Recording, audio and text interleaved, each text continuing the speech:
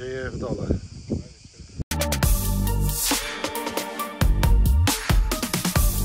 Ten jest piękny, jak przepiękny. Nie, to konto chłopie. To jest endorfina, podróżnicza strona. Być na to przez Gmaila, to prywatna odsłona. Wjeżdżam z tematem dziś do ciebie prosto. Po co komplikować życie, może być za ostro. Tworzę kontent prosto z serca. Weź poprawkę na samouka, co nie celuje w merca. Mam plan, to się musi udać. Postawiłem na jedną kartę, otwieram życia drzwi i lecę z fartem. Nie zatrzymasz mnie, dołóż do mnie. Tworzymy historię, nie możemy ci stać brać skromnie. Tylko tu i teraz, tylko tu i teraz. Zaczynamy nowy rozdział, startuję w roncera. Mam głowy pełne planów, marzeń, chęci, łapy za stery. Niech ten świata globus się dla nas kręci. Podróżnicza endorfina na obrotach. Wreszcie na buciku i nie ma co tam. Czas pracuje dla mnie, jesteśmy ziomkami. Gram w otwarte karty, niech żałuje ten, kto nie jest z nami.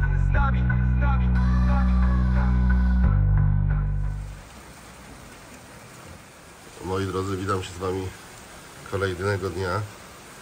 Aż musiałem wstać z rana i to nagrać, bo deszcz na Chorwacji to jest tak unikalna sprawa, taka rzadkość, że w ciągu 6 moich pobytów praktycznie chyba ani razu nie trafiłem na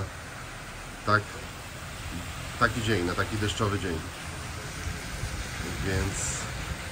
Więc postanowiłem zacząć tego vloga, zacząć dzisiejszy dzień od nagrania tego deszczu. No i nic, mam nadzieję, że wkrótce przestanie padać, bo trochę mi to pokrzyżowało plany. Miałem dzisiaj też kolejny dzień zwiedzać.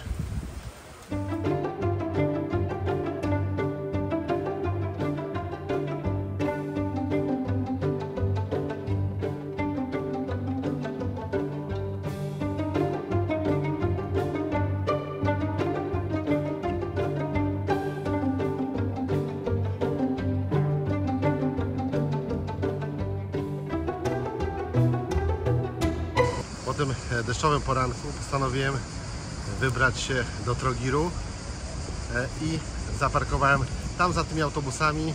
Jest parking dla samochodów i najlepiej właśnie albo po prawej, albo po lewej stronie tutaj wejścia na Starówkę do Trogiru zaparkować auto.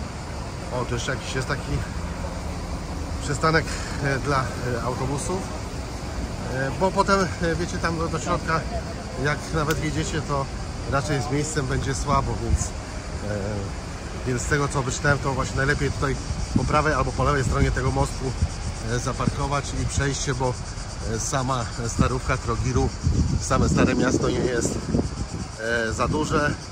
To jak popularnym miasteczkiem jest Trogir, jego Starówka świadczy fakt, ile tutaj ludzi mijam na tym moście, zarówno idących tutaj do centrum tego miasteczka, jak i wychodzących z centrum miasteczka. Zobaczcie, tu cały czas ktoś gdzieś podąża zwiedzać tą piękną okolicę. Widzę, że zaraz za mostem też jest parking, więc śmiało możecie tutaj też zaparkować, szukać szczęścia, może znajdziecie miejsce, gdzie będziecie mogli postawić swój samochód. O, tu jest takie świetne wejście. Przechodząc mostem zostawiamy w tyle fosę, która dookoła otacza całą Starówkę i wchodzimy przez historyczną bramę Siewierna Gradzka Wrata. Ta brama jest niczym portal, który przenosi nas do innego świata, do innej epoki. Wchodząc do tego miejsca od razu wiedziałem, że Trogir porwie mnie w otchłań swoich uliczek i nie wypuści ze swych objęć, dopóki nie zobaczę wszystkiego, co ma mi do zaoferowania.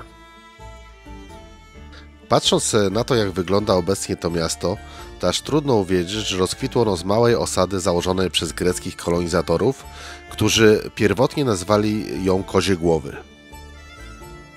Trzeba też pamiętać, że po drodze to miasto zostało kompletnie zniszczone przez Saracenów, a obecny wygląd zawdzięcza w dużej mierze kunsztowi Wenecjan. Mnogość podobieństw, jakie obserwuję spacerując po tej starówce, i fakt, że jesteśmy dookoła otoczeni wodą i jedyną możliwością wydostania się stąd są drogi przez mosty, powoduje, że Trogir często nazywany jest przez ludność i turystów małą Wenecją. Zatraceni tak trochę w czasie i przestrzeni, nie dostrzegamy, że dochodzimy właśnie do jednego z wyjść, które kieruje nas do przepięknej, szerokiej promenady wysadzanej palmami, na której końcu znajduje się twierdza Camerlengo. Tu widać, że sumują grubasy. Ten jest piękny jak. Przepiękny. Co to jest Giza Georgetown? O, chyba nawet wycieczki pływają tutaj, żeby podziwiać te statki. Samo miasto, tak jak widzicie, jest bardzo zadbane, jest bardzo dobrze zachowane.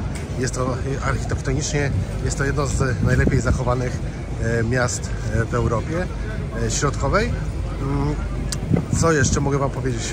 No, miasto powstało w III wieku przed naszą erą i jest wpisane na listę dziedzictwa kulturowego UNESCO. Jako ciekawostkę też mogę Wam powiedzieć, że tutaj został pochowany, nie pamiętam czy stracony, ale na pewno pochowany biskup Splitu, którego szczątki znajdują się w jednej z świątyń na terenie tego miasteczka. Na turystów czekają także takie atrakcje jak statki tutaj wycieczkowe, które są po mojej lewej stronie. Zobaczcie, nowocześniejszy i taki bardziej zabytkowy. Jest czym wybierać.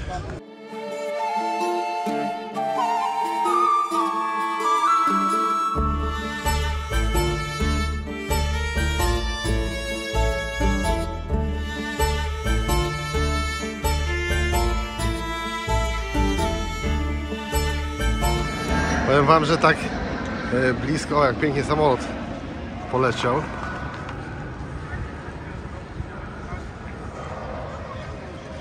Powiem Wam, że tak blisko knajpa przy samym tutaj kościele.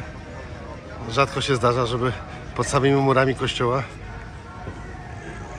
się działo takie rzeczy.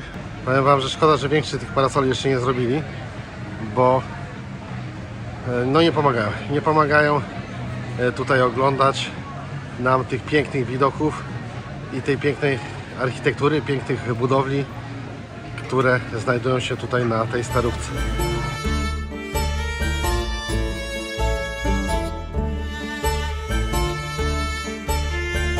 Nie wiem, czy słyszycie, ale w tej chwili się msza odbywa, a dosłownie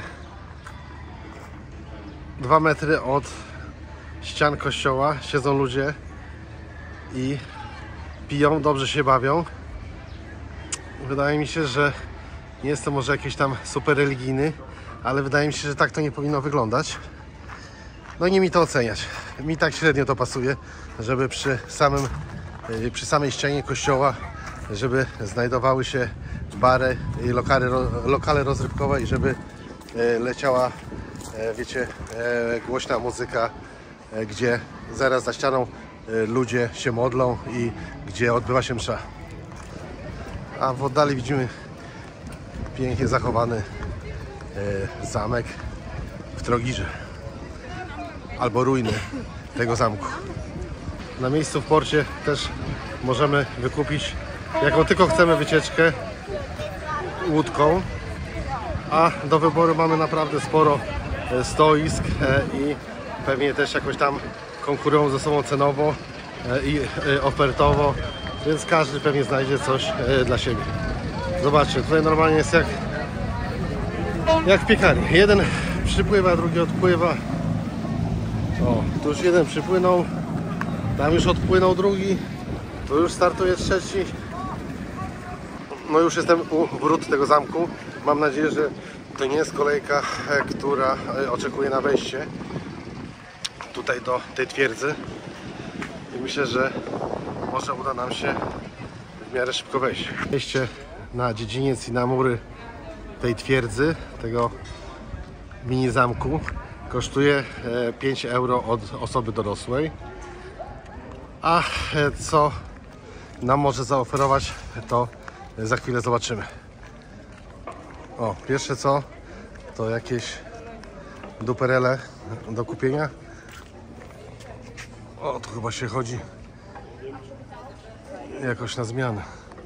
Zobaczcie, tutaj mamy dziedziniec zamkowy, a gdy się odwrócimy, wyjrzymy przez okienko, to mamy trampoliny i piękne boisko piłkarskie, które sąsiaduje z tą piękną budowlą na tle przepięknego morza i gór.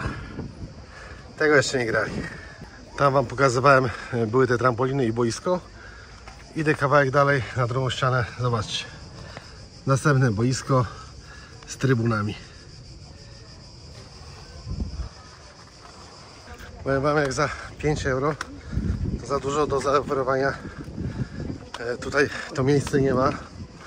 Myślałem, że może jeszcze gdzieś znajdą się, wiecie, jakieś takie miejsca, gdzie będzie można coś zajść, obejrzeć.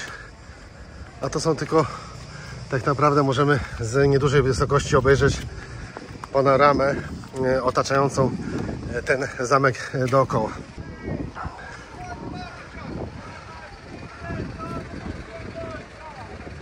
Ale powiem wam, że z dwojga złego dobre i to, dlatego że wydaje mi się, że dronem na pewno tu nie można latać, bo tak jak widzieliście, to jest trasa, nad nami biegnie trasa lądujących samolotów na lotnisku w Splicie, więc na bank połączenie jest zablokowane, więc chociaż z tak niedużej odległości mogę sobie nakręcić taką małą mini panoramę tego miasteczka.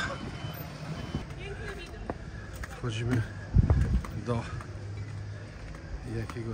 jakiejś takiej wieżyczki, może tutaj coś więcej się będzie działo. Na razie jedyne co zauważyłem, że jest masa Polaków. Tu jeśli chodzi o Trogir, to co rusz spotykam ludzi, którzy rozmawiają w naszym ojczystym języku. Strach się wychylać.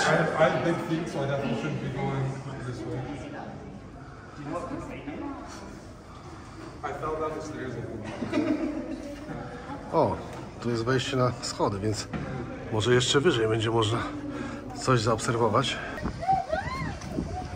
Powiem wam, że ta wieżyczka, na którą można było wejść, jest niewiele wyżej od miejsca, w którym stoję, więc nie będę chyba na nią wchodził, tym bardziej, że jest duża kolejka, a szkoda mi trochę czasu, żeby wejść 5 schodków wyżej i żeby zobaczyć 15 metrów, 15, co ja gadam, z 5-10 metrów wyżej miejsce, w którym można podziwiać jakąś panoramę.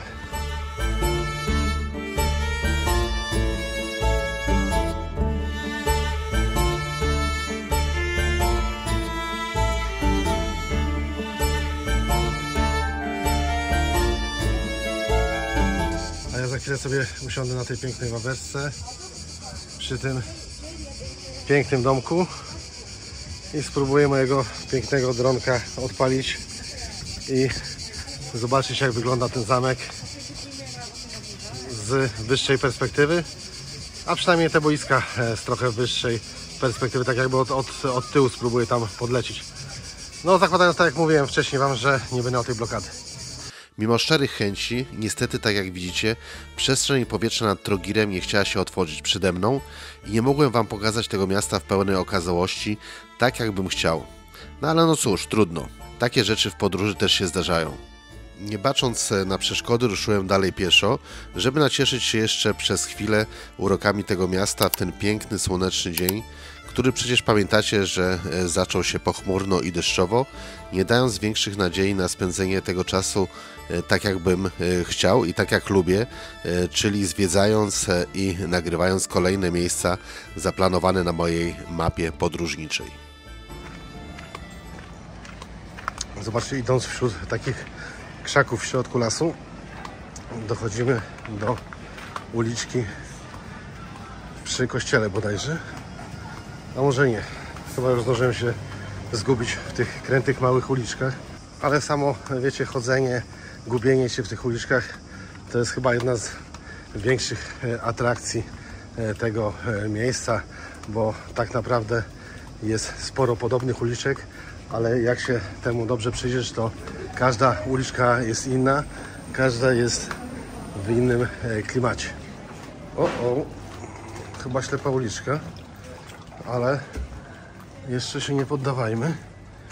Zobaczcie, tu normalnie ktoś mieszka, ale otwieramy drzwi, wchodzimy dalej. Jesteśmy w kolejnym miejscu. Spójrzcie na taki klimat. Lis czeka grzecznie na swojego adresata na skalnej półce i nikt nie przejmuje się tym, że potencjalne tysiące osób przechodzących obok niego może wpłynąć na to, że adresat nigdy nie doczeka się na swoją kopertę. Ale co tam, to nie moje zmartwienie. Ja na celownik wziąłem teraz pobliską lodziarnię, która kusi mnie swoimi smakołykami i chyba nie będę w stanie jej odmówić. Spójrzcie na tą ścianę. Tu się nie da przejść po tym mieście tak po prostu obojętnie, bo tu na każdym kroku, na każdym rogu, w każdym zakamarku mamy do czynienia ze sztuką. I to sztuką przez duże S. Takie cuda obejrzycie w pobliżu katedry Świętego Wawrzyńca, gdzie na dziedzińcu będziecie mogli sobie odpocząć, korzystając z gościnności lokalnej restauracji. O tej wystawie Wam za dużo nie opowiem, ale nakręciłem ją, dlatego że zaciekawiło mnie miejsce, w którym znajdują się te zdjęcia zawieszone na ścianie i ta katakumba na podłodze. A tu klasyka fotografii, przepiękne stare aparaty. Na sam koniec.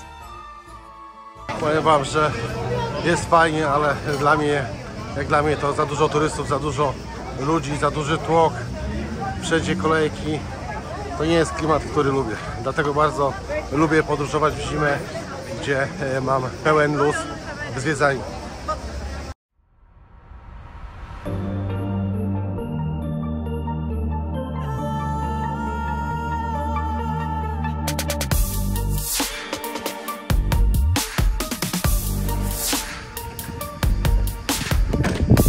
Most łączący Trogir z wyspą Ciąg. Tu na miejscu macie taki parkometr. Nie parkometr, tylko taką kasę biletową. Zaraz zobaczymy, ile nas podliczyło. I tu mamy sumę, ile? 8 euro.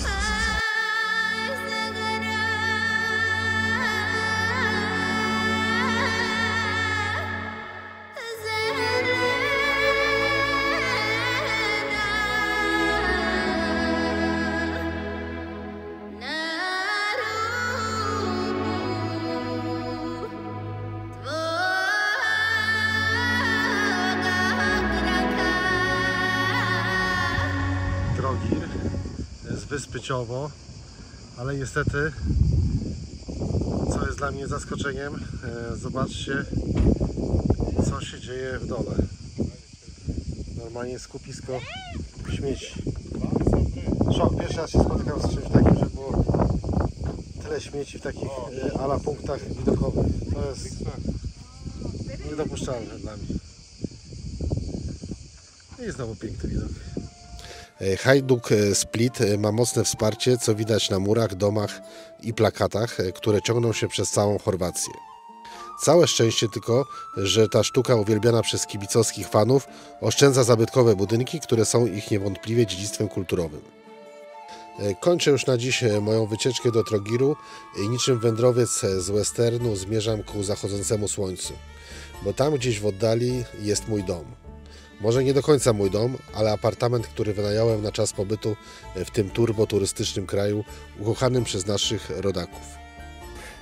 Cały dzień spędzony w Trogirze. Przyjechałem 7, wpół do 8. Poszliśmy na kolację, a następnie udaliśmy się już tutaj do nas na kwaterę, bo każdy jest zmęczony w tym upale. Dzisiaj trochę spędziliśmy czasu zwiedzając Trogir. Bardzo fajne miasto, bardzo klimatyczne, bardzo takie podobne do Zadaru, do Splitu. Te charakterystyczne budynki, te charakterystyczne uliczki i masa turystów. To są takie punkty, wydaje mi się, mocno charakterystyczne dla miast w Chorwacji, takich bardzo mocno popularnych, turboturystycznych. No nie jest to mój klimat, wolę Mandrę. Polecam Wam, jeśli chcecie spokojnie tutaj odpoczywać, spokojnie spędzać czas. bez tłumu turystów, z luzem na plaży, z luzem w restauracjach, to polecam Wam takie miejscowości jak Mandre. Jest to zdecydowanie, przynajmniej dla mnie, najlepszy wybór po całym dniu jeżdżenia, zwiedzania. Tutaj mam takie ukojenie i odpoczynek od zwiedzania, od tłumów ludzi. Jutro planuję zasadzić się na takiego timelapsa wieczorem. Przygotuję się i chciałbym coś fajnego nagrać. Większość czasu jutro planuję spędzić odpoczywając na plaży, więc jutro zwiedzanie odpada. Myślę, że kolejnego dnia znowu ruszymy na wycieczkę, na jakąś wyprawę, zobaczyć coś fajnego.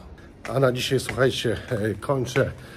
Idę się myć, zgrać materiał, który nagrałem, zrobić backup i spokojnie pójść spać. Zamierzam i jutro ładowanie baterii i później zaczynamy kolejny dzień zwiedzania.